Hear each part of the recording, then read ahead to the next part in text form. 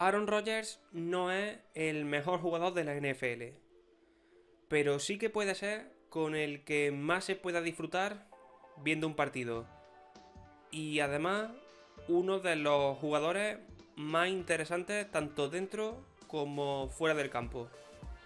Todo esto unido a que durante la pasada temporada Rodgers se dedicó a conceder entrevistas o charlas a Pat McAfee, el ex pateador de los Indianapolis Colts, en su programa, en el Pat McAfee Show, nos dejó unas cuantas perlas, unas cuantas jugadas en las que Rodgers se analizaba a sí mismo, analizaba sus propias jugadas del fin de semana anterior.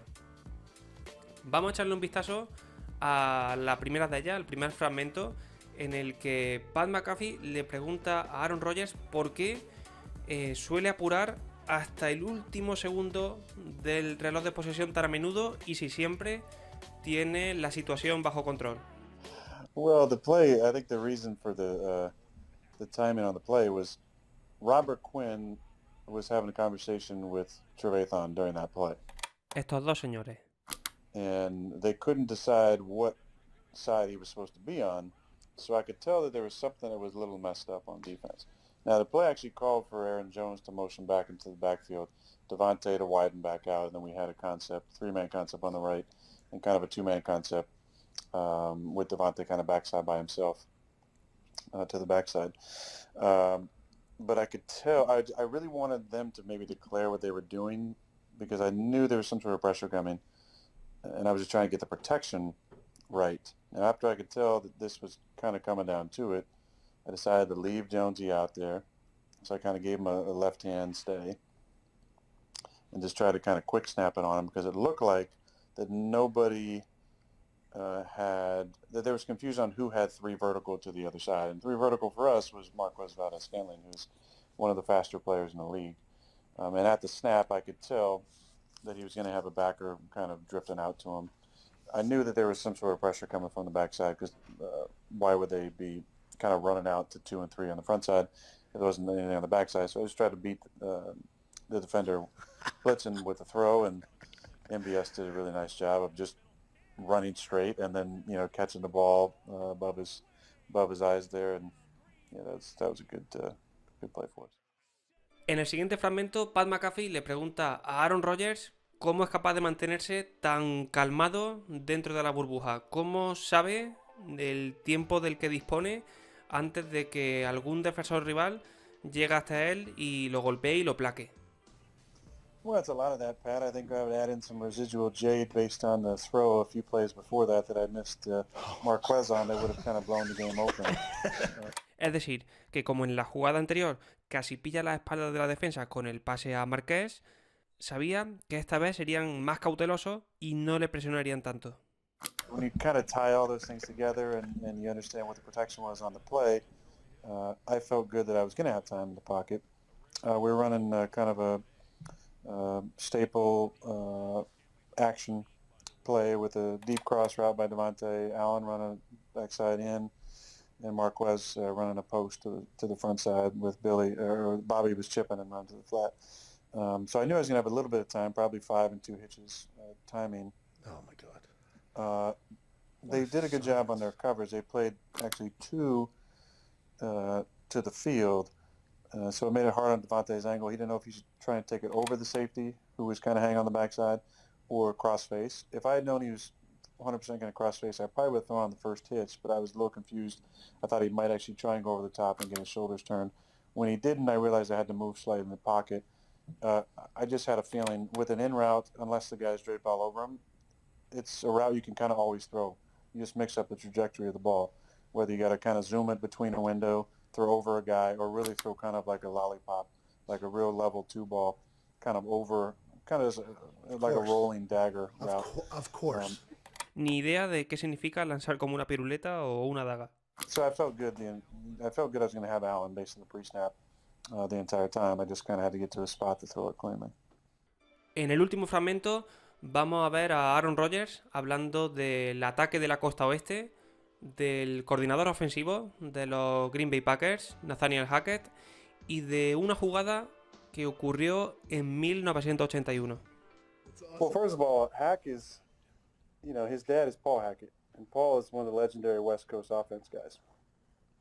Para entendernos, cuando se habla del ataque de la costa oeste, creo que es como hablar de la forma de jugar del Barça. Un estilo propio difícil de entender y ejecutar si te has criado fuera de la Masía.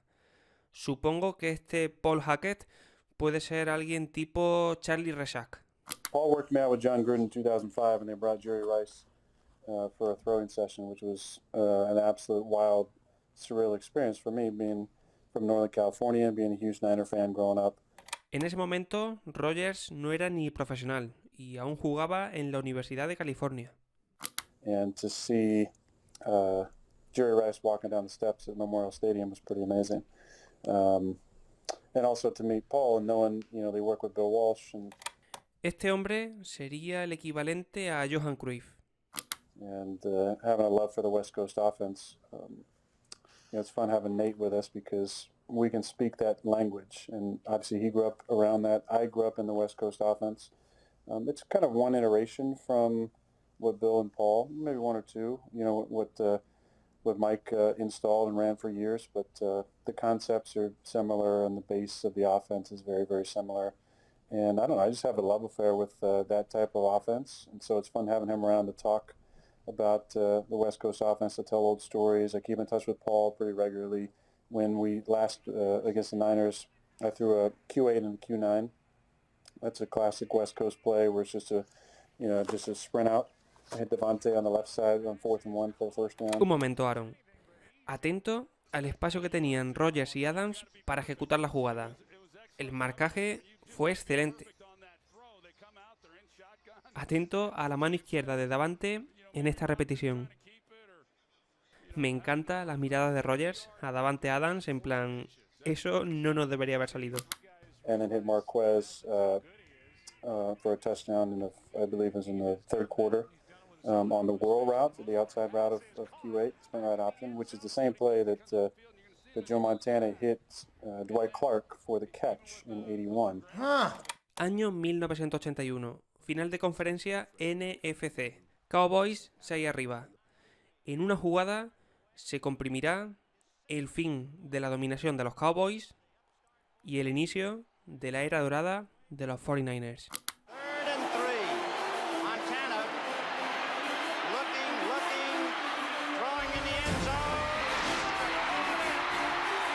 Pero Rodgers no es el único quarterback californiano de la NFL, seguidor de los 49ers desde pequeño y obviado por el equipo de San Francisco en el draft, que tiene una relación especial con esta jugada.